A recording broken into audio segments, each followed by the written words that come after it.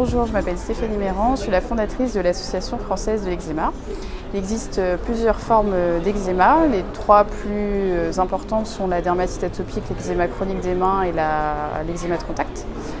Pour ce qui concerne la dermatite atopique, c'est une maladie inflammatoire de la peau, une maladie chronique qui se caractérise par une sécheresse de la peau, des lésions rouges inflammatoires et des petites vésicules. Donc ces petites vésicules qui peuvent donner des démangeaisons aux patients. Je suis Julie, chargée de communication pour l'association. Donc l'eczéma en quelques chiffres, ça va représenter 2 500 000 patients en France, donc dans le monde encore plus important, et 15 à 20% d'enfants qui sont touchés par la maladie.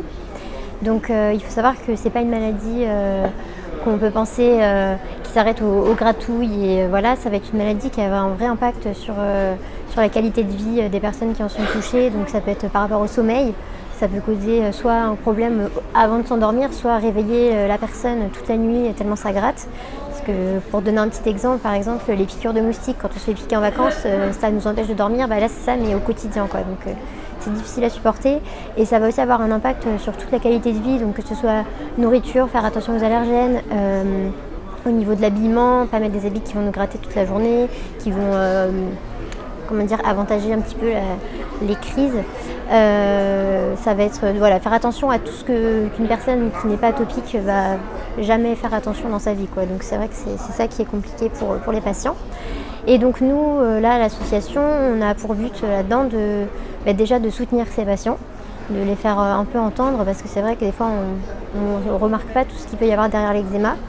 Et du coup, on va avoir aussi un rôle au niveau de l'éducation, donc essayer d'éduquer le patient dans sa dermatite atopique ou dans son eczéma, et également soutenir la recherche, soutenir aussi toutes les informations, relayer les informations, par exemple des nouveaux traitements, etc. envers les patients, et surtout beaucoup soutenir, partager, échanger. Voilà, c'est vraiment ce qui nous représente.